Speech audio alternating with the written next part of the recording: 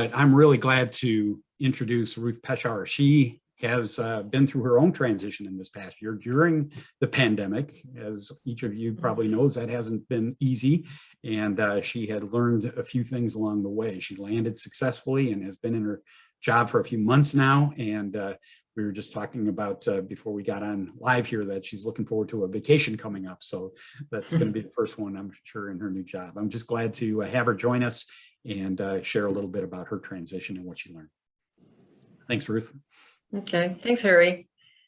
And hi, everyone. Welcome to this session. And I'm going to just tell you a little bit about my background and my journey that I experienced. And I'll start out by saying it was a real mixed blessing the day that I was let go. It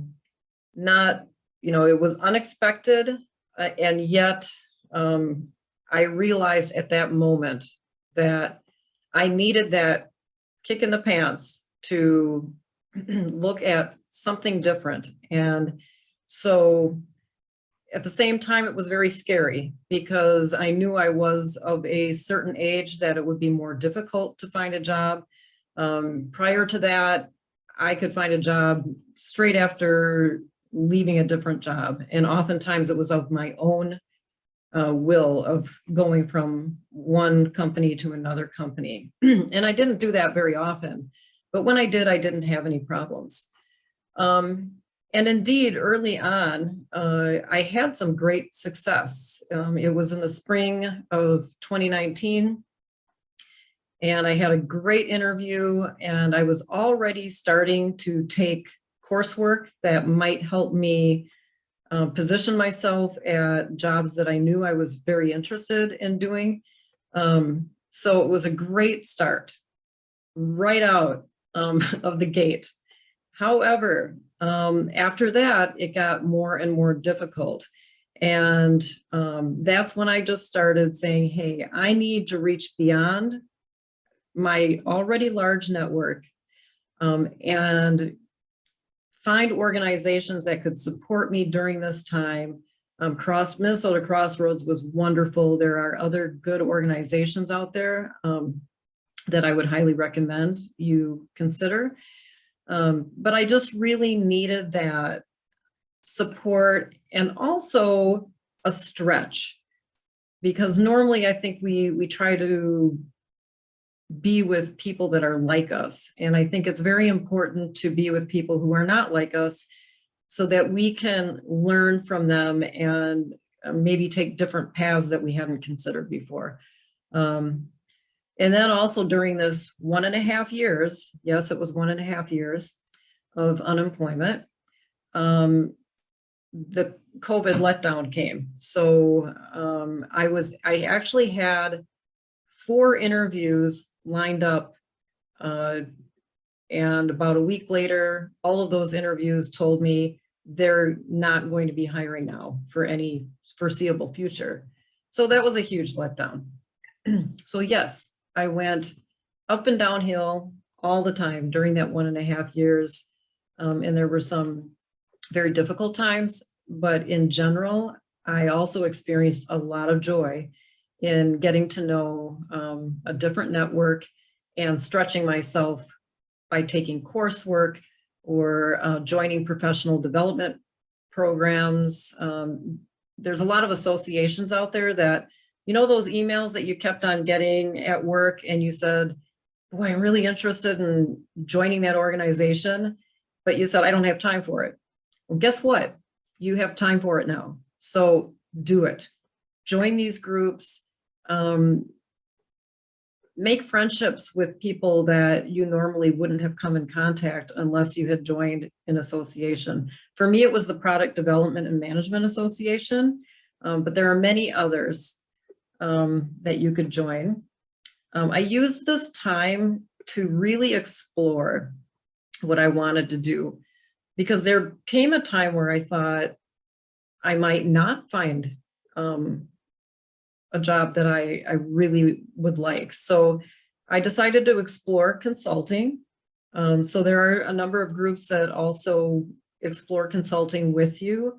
And as part of my digital marketing learning at St. Thomas, I developed my own website. I got myself all prepared for consulting. And I actually do have a client that I'm keeping on the side, and I'm keeping my toes in that water, just in case something happens again. But definitely something to consider. You've got great experiences. People really need your background. So think about that. It's just really good to be active. So also stay very active. If you haven't been leading volunteer activities, maybe this is the time to start doing that. So rather than being part of a volunteer group, take on a leadership role. And I can guarantee you that will get noticed. So on LinkedIn, if you can update what you've been leading during this transitional time. The other thing that got noticed was all of the coursework that I have been taking. A couple of interviewers had told me, we really liked the fact that you were developing yourself during this time of transition. But definitely go outside of your comfort zone. Another thing I'd like to say is that I focused on 2 different areas. I wasn't quite sure which area I wanted to focus on, whether it was strategic marketing or product development, which is more like project management. So I chose those 2 areas. And by focusing on those 2 areas, I could create 2 resumes that I could use pretty much over and over again. So that was very helpful to remain focused. I also remained persistent. I am at 𝙬𝙧 Products Company right now, and my first interview with them was in October of 2019. I did not get that position. The human resource person liked me though, so she suggested I look at another position. I did not get that position, but I kept 𝙬𝙧 Products in the back of my mind the entire time, so that when another opening came up, I was not going to apply for it, but a person that I networked with in the Product Development and Management Association encouraged me. And she said, I really highly recommend that you apply. So both the networking and my persistence really worked out for me. So again, like if you are really focused on a certain company or a certain, you've really become enamored with the company culture, I would say don't take no as the final answer. Keep trying, keep networking in. Then after the hire, I decided to hire myself a career coach.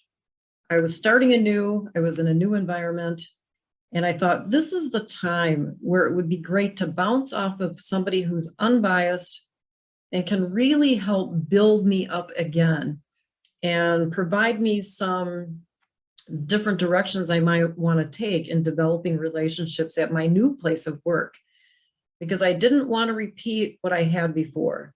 So I found that to be very helpful to have the career coach at the beginning of my new job. We tried new things and it kept me accountable too. And I've just experienced some really great outcomes because of that. And then finally, I would just like to offer anyone who's on this session today, please reach out to me if you would like to network with me, bounce some ideas off of me. I've been through it. So I would love to connect with you. You can connect with me on LinkedIn and we can talk about things. And also you should know that 𝙬𝙧 Products is growing by 300%. So you might want to check out 𝙬𝙧 Products. If there's any job there that you would be interested in, you can use my name as a reference. I would like to get to know you first before you do that, but I would offer that to you because during my transition time, so many people helped me out, including many people who went through Minnesota Crossroads. So please reach out. Thank you. Thank you, Ruth. Really appreciate the insight. And once you've been through it, you realize you can do it. Sometimes when you're in the middle of it, you wonder. And so Right. just Yeah. another example of you've been able to make it through, and I appreciate you sharing your story.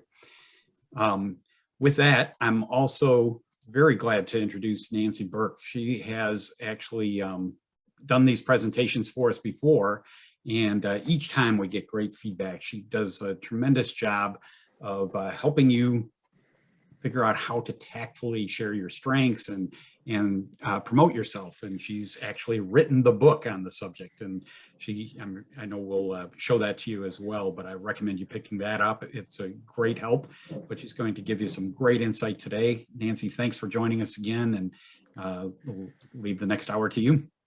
Thank you, Harry, and good evening, everyone. It's always a pleasure to be involved with the Crossroads group, and it's also a topic that I love talking about. So we will jump in, and for the next hour, we'll be talking about self-promotion. So I like to start to ask people, and I do hope that you will use the chat function. I do like to ask people, can I assume that since you've been in transition, that where you constantly have to sell yourself, that self-promotion is something that you've gotten good at? And what I find is, I know the answer is, I ask that tongue in cheek because I know the answer is, well, not so much. So let me ask you, when you hear the term self-promotion, what words come to mind? And perhaps you could, I'm having trouble getting to the chat box. So I will just talk to myself here. When I ask you when you hear the word self-promotion, what do you think of? And I know the answers that you would put in would be things like obnoxious, boastful, arrogant, braggart, pushy. That's what we typically hear. Sometimes we have a good marketer or something like that. But typically the whole idea of promoting yourself is it's pretty intimidating, and it's fairly it leaves a bad taste in people's mouth. It makes us uncomfortable. It feels like the worst kind of sales that you can think of. It's not something that most of us like to think about doing. However, it doesn't have to be that way. And you will see the book that Richard Dodson and I wrote on the whole topic of self-promotion, tactful self-promotion. So we're talking tactful now. And the whole genesis of this book came about because of an experience that Richard, my co-author, had back many years ago when he was working in Silicon Valley. He was walking across the campus, because in Silicon Valley they have campuses, and with his colleague Laura. They ran into their boss, Tim. Tim said, as we often hear, "Well, how's it going, guys?" And Laura said, "It's going great. We just finished the design for the new interviewing skills workshop we're doing and we're ready to beta test it on Friday. I think I'm really excited because I think it's going to help people get jobs faster." Tim said, "Great, let me know how it goes." And then he turned to Richard and said, "Richard, how are you doing?" And Richard said, "Fine." Now, to his credit, so when Tim walked away, Laura, being the good coach she is, kind of gave him an elbow to his ribs and said, "How do you expect Tim to know what you're doing if you don't tell him? How do you expect him to know? How do you expect people to know what you're doing if you don't tell them?" So that is exactly what some of our problem is. And if you don't do any self-promotion, nobody else is going to do it for you, almost always. Once in a while, we have a good advocate or a boss who's a real helper for us, but a lot of times it's really up to us. So if you don't do any self-promotion, it's really all up to you. And you're going to miss out on jobs, you're going to miss out on promotions, you're going to miss out on opportunities and the rewards and recognition that you really, really deserve. So the truth is also, we are always promoting something. When you walk into a room, when you walk out of the room, what you say, you're promoting something. And my question is always, are you promoting something that's helpful to your career? Now, Richard and I have worked with literally thousands of people over the years, and we've put together a model that we really find kind of encapsulates everything involved in tactful self-promotion. So the three-part model is, first of all, positioning yourself. You need to know yourself, and people need to know, what do you stand for? You need to be able to articulate your value, be able to mention your brand in a way that catches people's ears, something they're going to remember, something that interests them. The next one is cultivating strategic relationships. Now, this is, we influence primarily through relationships. My question is always, do you have them with the right kinds of people? And we're going to be talking about that quite a bit when we get to that section. And then the third one is increasing your visibility. That is, you can't build a reputation with just the people you know. Of course, that's key, and relationships are key, but getting known more broadly, because you just don't have enough time to know enough people personally. So we're going to be increasing your visibility is also key. We're going to focus tonight on the two first ones, the positioning yourself and cultivating strategic relationships. We'll touch on a couple of tactics within each of those. My intention is to present you with ideas that I know everyone can do. It doesn't have to be overwhelming. It takes moments, and it takes being prepared. So Richard and Laura, in my example from before, had the same 30 seconds with the boss. And what did he know about Laura? Quite a bit. What she was enthusiastic about, what she was doing. In that same amount of time, what did he know about Richard? That he was fine. Now, it is, to his credit, I will say he could have done worse. What happens often at work when you run into somebody and they say, how's it going? Often you hear, oh, it's Monday again, or I can't wait till Friday, or these meetings are driving me crazy, or complaining about the boss is also a popular activity. So it's all too common. Instead of positioning ourselves as enthusiastic, positive, value-added, we can't allow ourselves to be downers or complainers. Let me give you an example. Now, I wrote this book. I do know about self-promotion. However, 3 or 4 years ago, when our book had just come out, we were waiting in the back of a room to present to a large number of IT consultants, actually. And we're sitting at a table with our little books, and a young man came by and said, wow, you wrote a book. That must be really exciting. And I said, oh, you have no idea how hard it is to do that. And then when you're pushing it over the finish line, then you have to start promoting it and marketing the book. So he walked away, didn't buy a book, by the way. And my partner, Richard, did the same coaching thing. I got an elbow in the ribs. He said, do you think people are going to buy a book on self-promotion from someone who's complaining? So I tell you this because even though I know it, I'm aware of it, I fell into that habit of kind of just complaining. So if this is your habit, and I believe many of us do this way more than we're aware and way more than we want to or should, you can easily replace it with something else. Excuse me. So as I said before, you're always promoting something. Do you want it to be, like I said, fine like Richard, or do you want it to be great? Now, let's examine what Laura did when she was, let me back up a second. So what we're going to talk about in the positioning yourself, we're going to first of all talk about how do you communicate accomplishments and learnings. And then secondly, how do you craft your own unique value proposition?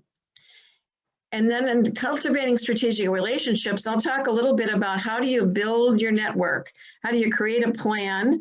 And how do you expand acquaintances, allies, and advocates? I'm not going to have time to spend any time on increasing your visibility tonight. So positioning yourself. Let's examine what Laura did in the interchange with the boss. I think you'll all agree she wasn't really over the top in how she promoted herself. Did you notice what she did? Think about it for a minute. She had energy and enthusiasm. If you're doing something you like, you should be able to find that energy and enthusiasm. She already knew, she knew what was important to the boss and the organization. She knew it was important to have gotten that project done, and she knew it was important to help people get jobs faster. She was ready for the moment. And it's a habit to have something to say when you get those kinds of questions. So I want to talk a little bit about communicating your accomplishments. You need to be able to tell people what you're doing. So you can share what you're working on or what you've learned. For example, if you've been taking a course and somebody says, how are you doing? You can say, you know, great. I've just taken this course on something, and then it really enhances your reputation as a professional. There's no need to exaggerate. You just describe the facts with enthusiasm. Both your attitude and the content are crucial. So you're not going to say, I'm so great, I did this, I did this. You're just being excited about something that you're working on or that you're learning. So, let me back up. So what is the question that you get most often when you're in a job search? And it's not, tell me about yourself, which we'll talk about when we get to positioning statements. The question that people get most often is, how's your search going? Now, if I were in the room with you, we would spend a little more time talking about this and doing some laughing about it. But you are always, you always have something to say if you're ready. So when you are asked, how's the job search going? That's an easy one to complain about because it's tough. I know how tough it is to be in a job search. I've done it in the past myself. I've been working with people for 25 years who are in the midst of job searches. So I am in touch every day with how hard this is. But if you let it down, even with your close friends, even with your family, you're not doing yourself a service. It's a matter of being ready to talk about something. So what I want you to think about is, I want you to write down for yourself, you run into a colleague who asks, how are things going? Or what's up with your job search? Or in an interview, may get, what are your strengths? But focus on the kind of question, how's it going? How's your job search going? I want you to take just a second and jot down a few things that you might have, that you might say now that are positive.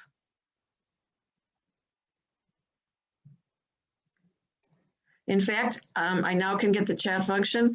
So if you just put on the chat function, once you start thinking about it, I'd like one of you or two of you to jot something down in the chat function about what you would say when somebody says, how's your job search going?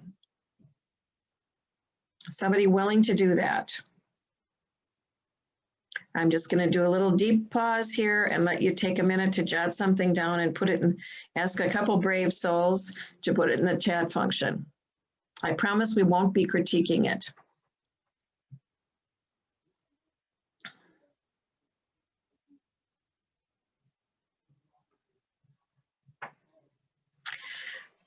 I've met a lot of people. Great. That's a great start from Cynthia. Come on, a couple more of these.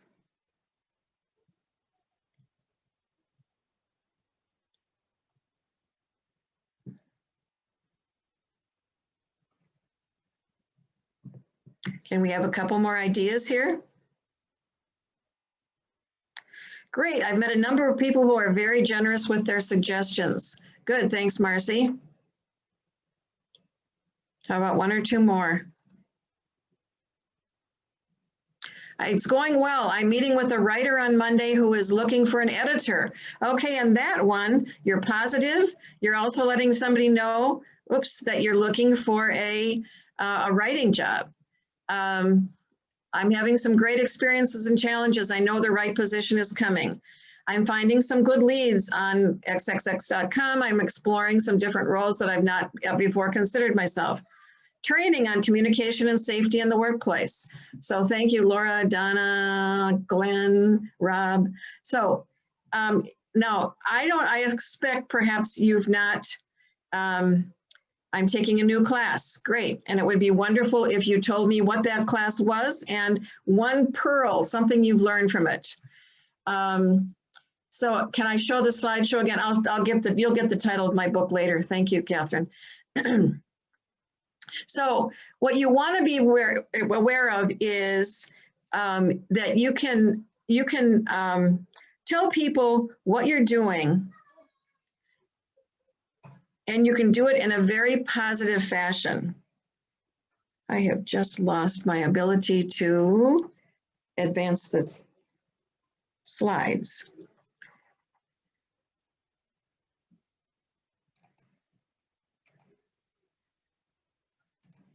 Okay, here we go.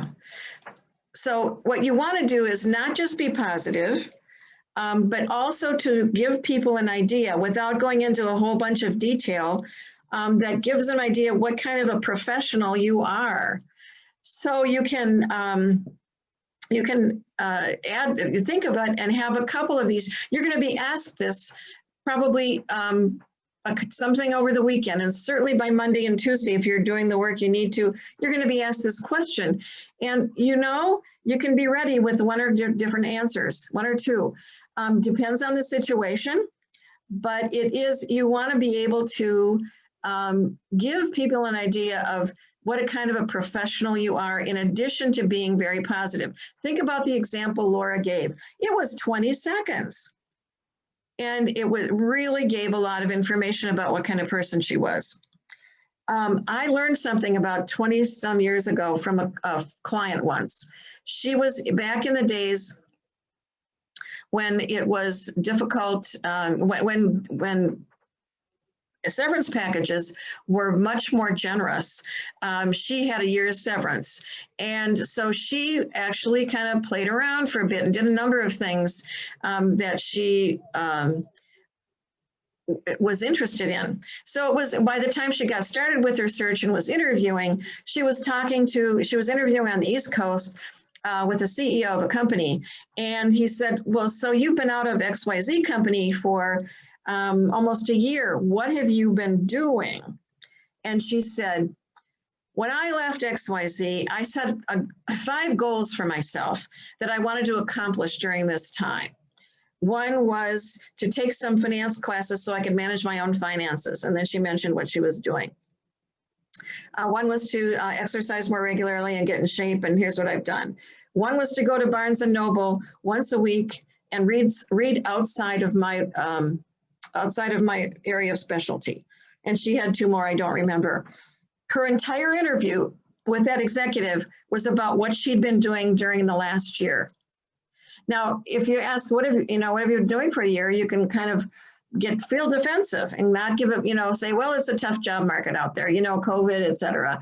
But what I'm saying is be ready, and if you have to do a little revisionist history, think of something that you would have set a goal for.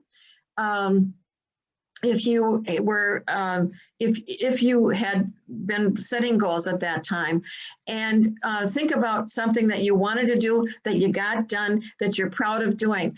And if it's something in your professional life, all the better. One other response that I've used and had people use, and these were people that were starting consulting businesses. And they would be asked, well, how's it going? And one answer they use is, I'm just where I thought I would be. And then you can add something about what you're doing right now. So This is a very quick run through. How do you talk about accomplishments and learnings? Well, you talk about something you've done. You don't have to say, ain't I great? You can just talk about it with enthusiasm and energy. Again, it's all going to depend. Sometimes when you're walking down the hall and you can see somebody's just using that, how's it going? And it's not a time to talk. You can know that. But instead of saying, okay, you can say, great. So be positive, and depending on the situation, you have to be sensitive to how people, what you're doing. But energy and enthusiasm and attitude goes a long way. So your job in the next 24 hours is to be ready for this really common question you're going to get in a way that projects you in the positive light that you want to be seen as. Okay, now, so the other part of the value proposition is your positioning statement or your branding statement or your value proposition, or some people call it an elevator speech. I personally am not crazy about that term because it's not a speech. It should be a statement that engages people. So the question is, what do you want to be known for? Now, if it were Laura, the woman we've been talking about, she could say, I work with people to find a really good job as quickly as possible, and I make sure they have fun in the process. So a very short one. It's not the kind that you're going to have for an interview, but it is a way to answer the kinds of questions that an everyday model. There's a lot of things that you might want to think about. First of all, focus on the outcomes. What value do you add to your clients and customers that you could add to whoever you might be talking to, or to a company that they might introduce you to? What are your unique gifts and talents? I could be talking to 25 accountants, and every one of those accountants is going to have something different that they bring to the job. And what I want to hear from you is what's unique about what you bring. That's what should be in your value proposition or your positioning statement. How have you used those gifts to make a contribution to the organization? What differentiates you from other people you work with? So Laura might have, I just mentioned the kind of statement she might have. I might say, I help people find their best fit in the workplace. So you want to think about, how are you going to say it in a way that people remember? And so you want to stress what the outcomes or results are. Here's one that's okay. I'm a warehouse supervisor who keeps morale and productivity high, making our company known as a great place to work. You know, something that's going to catch people's ear is a great place to work and high productivity.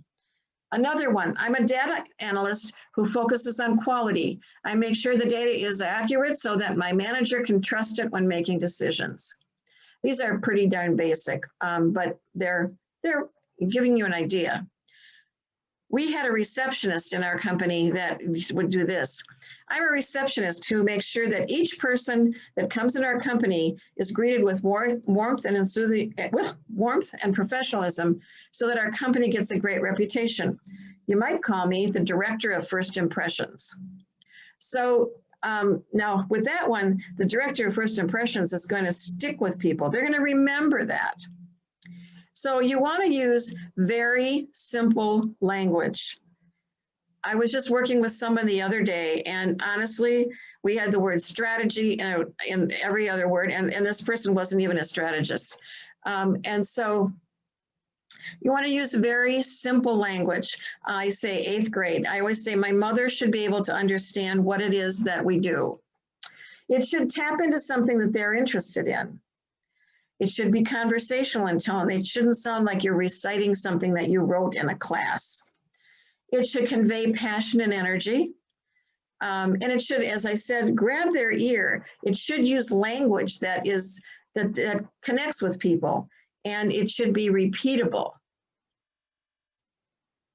Here's a very, very simple kind of a format. You've probably, if you've taken classes, you've seen this. I am a blank. My skills include whatever, and I'm particularly interested in or good at. And that's one way you can go to it. There's a couple other ways that we can look at You can, first of all, look for a way to engage your audience. I'm starting a new advertising agency so we can focus on the more nimble, so I can focus on the more nimble, creative approach I loved when my last agency was still small. That tells you a lot about the person. It gives you a chance to talk with them. Then there's a way you can do to establishing credibility. I'm excited that I can combine my engineering degree and my experience running marathons to develop new technology for prosthetics. Or you can tell people why they should care. Artificial intelligence is helping us in so many ways and has incredible potential to do more. My work will help protect our privacy in the process. So those are some samples. They're not something that I would say are the greatest things in sliced bread, but they're, gives you an idea of the kind of thing that you want to talk about. Here's an example of a client that we had, and she was an internal OD consultant. Her first run at it was, I'm an OD consultant who structures synergy between organizational silos to create multifunctional alignment, producing high engagement cultures that produce good things. How would you rate that one on the UGG, fine, great? I'd say that's an UGG. It's absolutely full of jargon that most people don't understand or don't care about, unless maybe you're going to talk about the person that's ultimately going to be your boss. And for starters, a lot of people don't know what an OD consultant is, and so they're sitting there thinking about what that's supposed to mean. So we worked with her, and she said, oh, I'm an OD consultant who partners with senior leaders to create high engagement cultures. That's pretty much better. Or I partner with leaders committed to creating high engagement cultures that attract top talent, deliver exceptional performance, and really produce a sustainable competitive advantage. Pretty good, a little bit of jargon in there. So we worked on it, And finally, the one she started using, I help companies create workplaces where people can't wait to get there in the morning and don't want to leave at night. Now, that's not an elevator speech, that's a conversation starter. And it's something that will absolutely lead to questions. So you want to have, for your positioning statement, you want to have a 10, 20, and 60-second version. The 60-second is for interviews, when somebody asks you, so tell me about yourself. You want to have that 60-second one, which has to still be enthusiastic, natural, not canned, not full of jargon. But the 20-second one is the one you're going to use for fairly serious networking meetings. So you can give people a snapshot of who you are when you are, because you're going to be asking for their help typically. And then finally, the 10-second one is the one that you use when you're just meeting people, family, soccer parents, people at church, somebody at a professional association that Ruth talked about. So you want to have this done really, really well. You want to have it flexible so you can adjust to the kind of person you're talking about. But you got to have several of these. You've got to have a good positioning statement. And I know that it probably takes 40 or 50 versions of this before you get the one that you really, really like, that kind of comes off like freshly. It doesn't sound like anything it doesn't sound canned, but you can do that. So,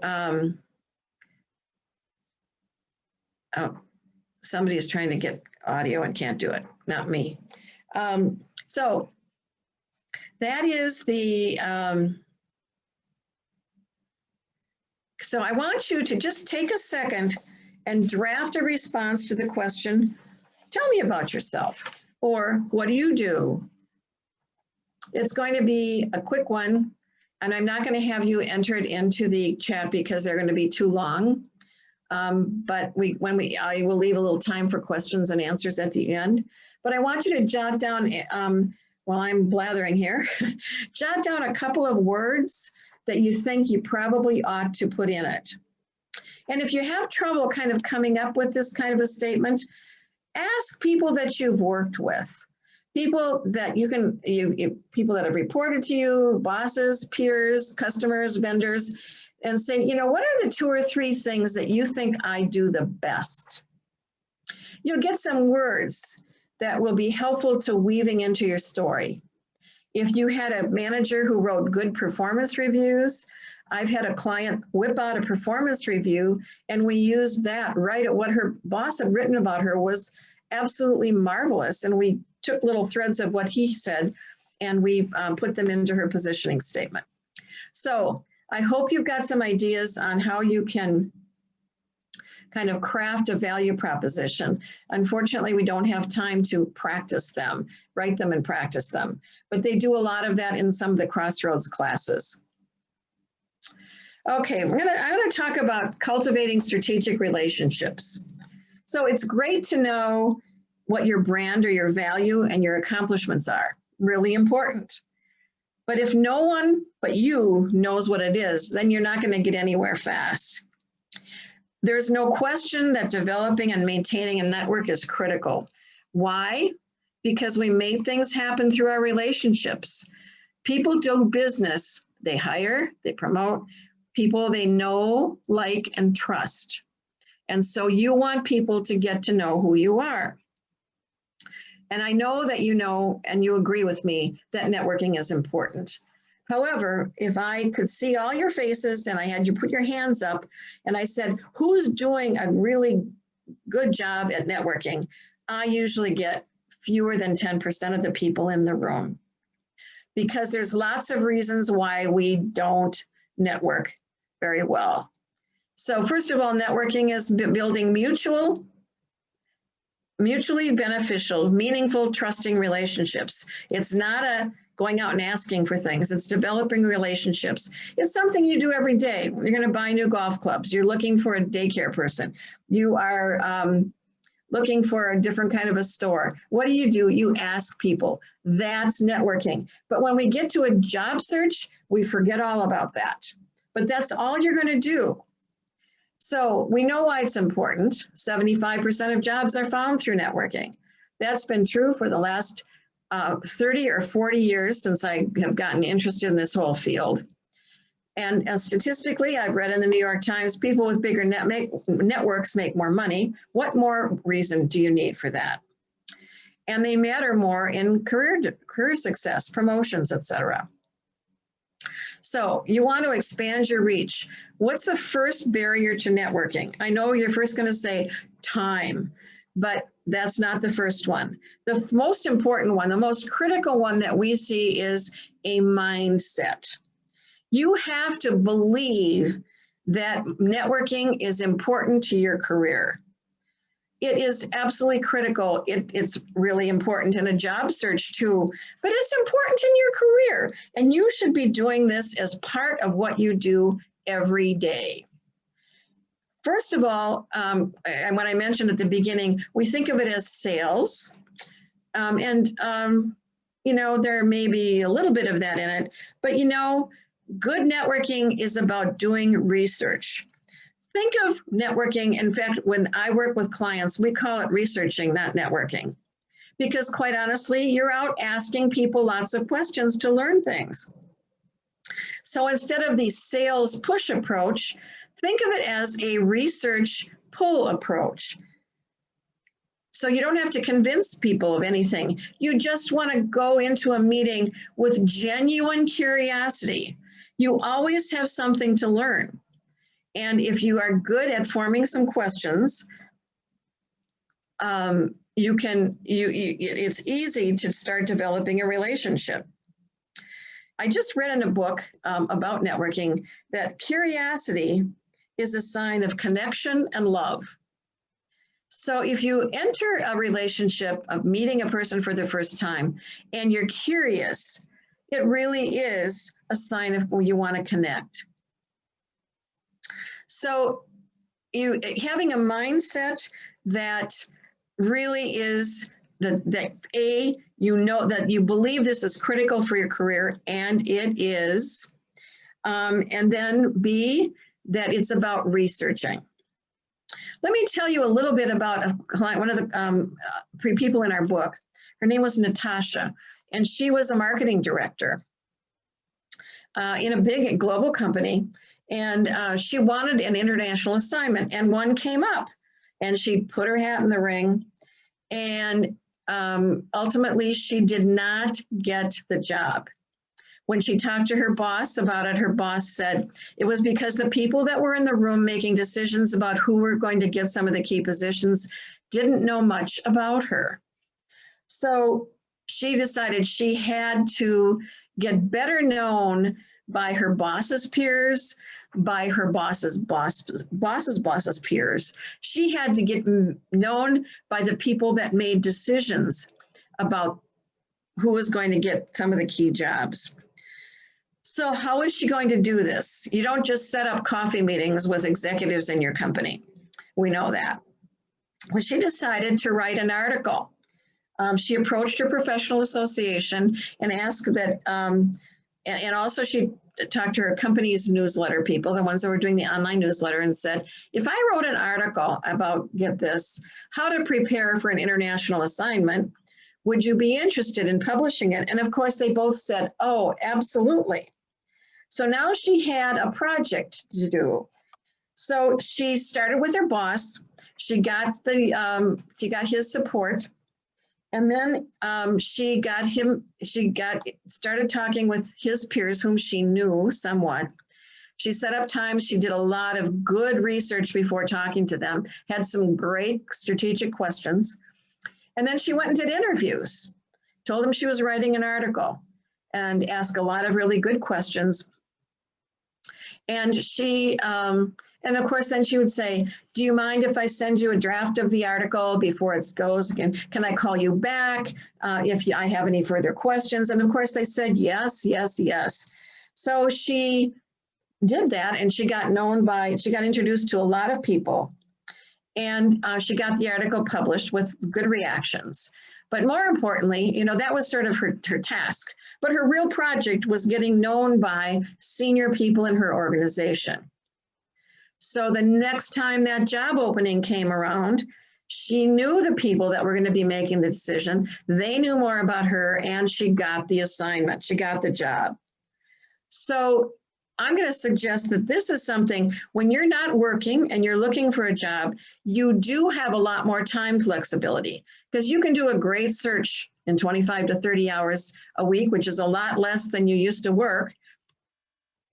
Write an article. Go to the professional associations that you belong to, and ask them if what kinds of articles, or join up with another person and write an article together. And when you start approaching people about and asking about this topic that is related to whatever your profession is, that's one way to meet people.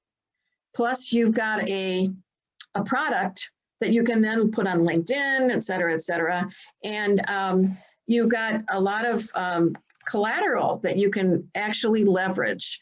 And which I will tell you, we won't have time to talk about it, but after Natasha got back from her international assignment, she did more of that and got onto some speaking for a national conference. But she started by saying, I'm going to write an article about preparing for international assignments. And she learned a lot, but met a lot of important people. So having a positive mindset and a positive attitude. Harry talked about one of the things in the 8-week class. The first one is attitude. And so that's what you use when you're talking about your accomplishments. And it's also what you have when you think about networking. Okay, the next thing is goals and strategies. So why are you networking? What are you looking for? And I always say, you know, if you look out, if you were working, I'd say look out a year, but now I'm going to say look out 3 to 4 months. Who should know you that doesn't know you now? Who should know you better than they know you now? And my guess is you could probably jot down a whole lot of people that are in key positions where they could help you make some connections. For example, how many people in job search firm that in your field, let's say your field is marketing, Who are the key players in the marketing world in the Twin Cities or nationally? Who does searches for that? They should know you and you should know them. So starting to connect with them. Who are some of the key people in senior marketing roles, let's just say in the Twin Cities? Well, you should get some introductions to them. Whether they're with the company you want to work for or not, they're probably very well connected. You will learn a lot. And you want to, so who should know you and who should you know? And my guess is you could make a list of 10 types of things, people you should know or know better. So I'm suggesting that you have a AAA network. The largest number of the people in your network are acquaintances. Acquaintances are people that you know. Some of them, LinkedIn, most of the people on LinkedIn are probably just acquaintances. And if you know them, you can go to them and ask them for help. You can ask them for specific things that you need, obviously, in addition to helping them out with the kinds of things that they do. The next level is allies. These people know you well. They know well enough that they can speak about you. They're probably, they could be former colleagues, vendors, customers, but people that know your work, could speak on your behalf, and are much more willing. You can even ask them for more. And if they're allies, you've undoubtedly helped them before as well. And then advocates. Marcia Ballinger in her book, The 20-Minute Networking Meeting, calls them evangelists. These are people who will promote you even without your asking sometimes. You want to be always building your acquaintances, deepening your allies, and nurturing your advocates. So you want to convert some of your acquaintances into allies and some of your allies into advocates. So, and advocates, if you have 10 to 20 really true advocates that think so highly of you that they will go out of their way to help you, you are rich in your career world. And so you need to figure out who's an advocate for you. So the question is, who else do you need to know? Now, I'm going to share some things with you that you may not want to hear, but the question is, so how many people do you think you need to talk to in your search? We have looked at what does it take to get to a job. And when I was at 𝙏𝙘𝙀𝙦, we actually did real research on what does it take. It's not how long is it going to take. The answer is always around how many people do you have to talk to? And we know that we took a look at how many hiring. We started with how many hiring managers do you talk to before you get a job? And the answer is somewhere in the 28 to 30 range. And to get to those managers, totally you need to talk to about 250 people to get to those 28 managers, to get to the one manager that's going to offer you a job. And I have to say, that's a scary number, but it's very doable. And in fact, I was just talking to a friend of mine a few months ago who was, I had helped her when she left her job about, oh gosh, it was probably now 10 years ago. She was a corporate attorney. She wanted to get into the nonprofit world, and she had to, I told her that she would probably have to talk to 250 people. When she told me this was 10 years ago, she told me just 2 months ago that she just came across some old numbers, and what she found was that she had met with 240 people in order to get into the nonprofit world. So it is a numbers game. It's not just, it's quality as well as quantity. And so you really want to build your career. So You want to initiate new relationships. You want to deepen acquaintances. You want to turn acquaintances into allies, and you want to nurture your advocates. Your network is bigger than you think. If you haven't if you haven't made a list of everyone you know, you should be doing, you should start there. If you don't have a list, start one. Put it on a spreadsheet of some sort. List everyone you know. Don't make judgments about whether they're going to be helpful or not. Just do it. So your network is bigger. So right now, mentally commit to saying, okay, here are 3 people that I could deepen a relationship with. And here are 2 people that I can start a relationship that I don't know with, or don't know right now, or I don't know well. So jot down a few names. Okay, so, the next thing are the tactics we're not going to talk about, but the tactics are things like, do you know how to get into conversations? Do you know how to share interests with other people? Do you know how to do you know how to start conversations? Do you know how to help other people? Do you know how to talk? So tactics are very important.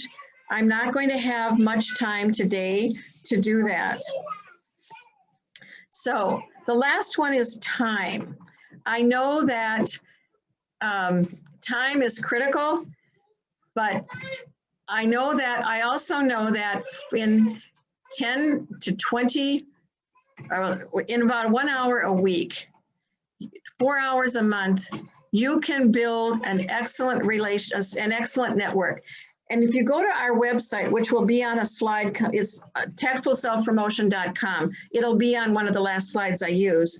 There are 2 free downloadable resources. One is a networking plan for a year.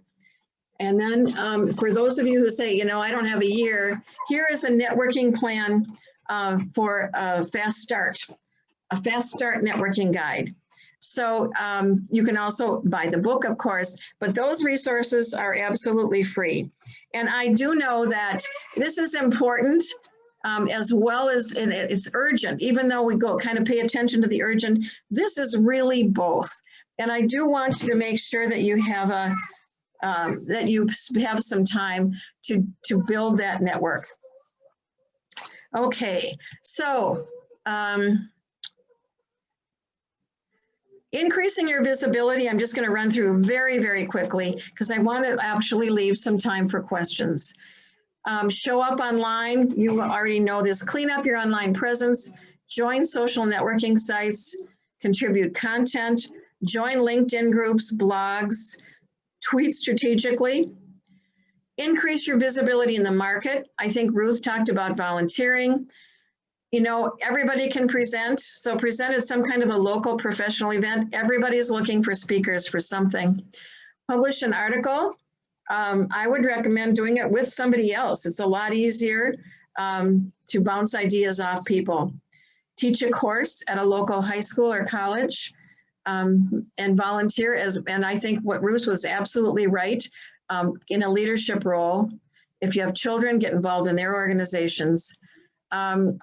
In the book, we have some things about networking events, getting good at asking questions when you're working. When you walk into a room, if you're like me, you look for people you know, but no, that's not what you should be doing. So how do you meet people in a new situation? I was at a funeral on Saturday and I had to walk up to people, and of course it was easy there. It was, how do you know the person who died? So learn how to ask questions. Most of us, if you're an introvert, that's really key. I'm an introvert and it's hard unless I'm prepared. So get in the habit of asking questions. And then we've got stuff on career fairs. So just to wrap up here, positioning yourself, first of all, being worthy, doing good work. We talked about value proposition. We talked about sharing your accomplishments and learnings, and also about your presence. Cultivating strategic relationships, get the right mindset, develop a strategy, expand relationships, and maximize executive contacts. And we've got some good examples in there about how to do that, including when early in my career, I rode 37 floors down in the elevator with the CEO of the company, never told him who I was. We talked about the weather. And after the fact, I thought, boy, that was dumb. But that's what we do early in our career sometimes. And then increasing your visibility. So Power Your Career, The Art of Tactful Self-Promotion at Work. Actually, our new soft cover doesn't have the word "at work" at it. So you can get it at Amazon. You should be able to get it at bookstores or certainly at the library. You can go to the website, tactfulselfpromotion.com. And you can take action. That's the best way to get results. So on the chat, I'm sorry, that was, my grandchildren were at a door, banging at the door. And so I'm really sorry. I will apologize for that. I thought I had this whole thing taken care of, but things happen. So questions, any questions or comments? We have about 8 minutes. And again, I apologize. No need to apologize, Nancy. I thought it was funny. I had this thing planned out so well so they couldn't get anywhere close to me, and it didn't work. It was funny hearing them in the background. They want to see Grandma. I thought, do I get up and get rid of them? No, because then they're going to come in. More trouble. So I thought I'm just going to kind of go through that. I got distracted a few times. So they want to see Grandma. It's the real life. It's the real That's world. Right. So questions, comments? While we're waiting for questions, this has really been great reminders for me as well, Nancy. And one of the things I always do talk about in our classes, and you discuss so well, is about the positioning statement versus elevator speech. I agree, but just that it needs to be simple and conversational. Otherwise, it just kind of goes over everybody's head, and they smile and nod, but you never get any feedback from it. And that's so many times people put together this commercial canned speech that just doesn't resonate or feel authentic at all. And that doesn't mean you wing it either. It's got to be conversational, but you practice enough so that it is conversational and simple, but you want to be specific about what you say. Absolutely. And here's a good question from Donna. In hindsight, what would you talk about with the executive in the elevator? Great question. I should have done that, but I was kind of in a hurry to get this toward the end. What I should have done is introduce myself. Hi, Mr. Executive. I won't mention his name. I'm Nancy Burke. I'm new to this company. I work with so-and-so in this department. And I have to tell you, I love being at Pillsbury, which was the company I was at. I'm really meeting a lot of people out in the agribusiness group. So Donna, does that answer your question? I think it didn't have to be a lot. I wasn't going to talk about my accomplishments. If he had said something, in fact, we have a whole chapter on the kinds of things you could say. But like I'm really liking the stock results. It looks great. So if there's a lot of ways that you can be ready for talking with executives that you run into. Often you will recognize them, but they don't recognize you. So introduce yourself with your name, where you work, and have something positive to say about the company, or maybe somebody who works for them. So thank you, Donna, for that question. Other questions?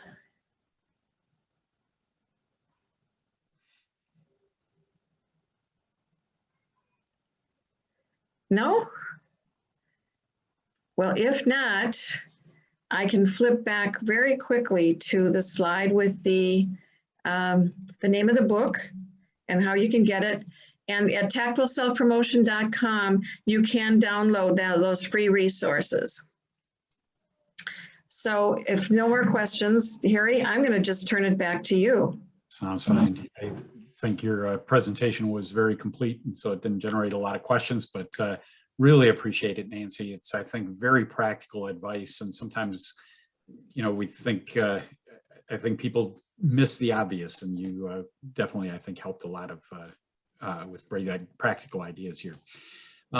With that, I want to wrap up. I thank you all for joining us. You will be getting an email tomorrow with many of the things we talked about, but in particular, I encourage you to sign up for our, if you can make it, sign up for our workshop this Saturday. I promise you, you won't regret it. Every time we have it, we have a number of people that give us great feedback about how helpful it was for them. And if nothing else, it's a great form of encouragement and getting you back into the game if it's been kind of a hard slog for you here.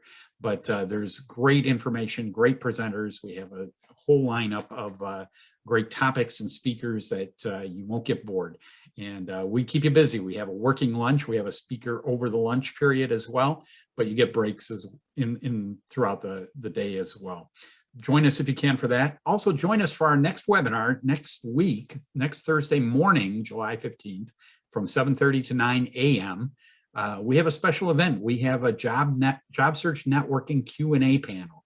We have 5 people that I consider some of the best networkers in the Twin City area that will answer any questions you have about how to do it appropriately. And, I think a lot of times people think that, yeah, great networkers, it comes easy for them because they're extroverts. But there's a couple people in particular that I know are extreme introverts, and yet they've done this exceptionally well. So check out the information online. Our website, again, is mncrossroads.com, and you can find everything there. But check out our seminar for next Thursday morning, our workshop for this Saturday, and sign up for one of the classes as well for more in-depth and ongoing help going forward. Hope this was worthwhile for you today. Have a great weekend, and best wishes on your search, and hope to see you in person at one of our events soon. Have a good evening.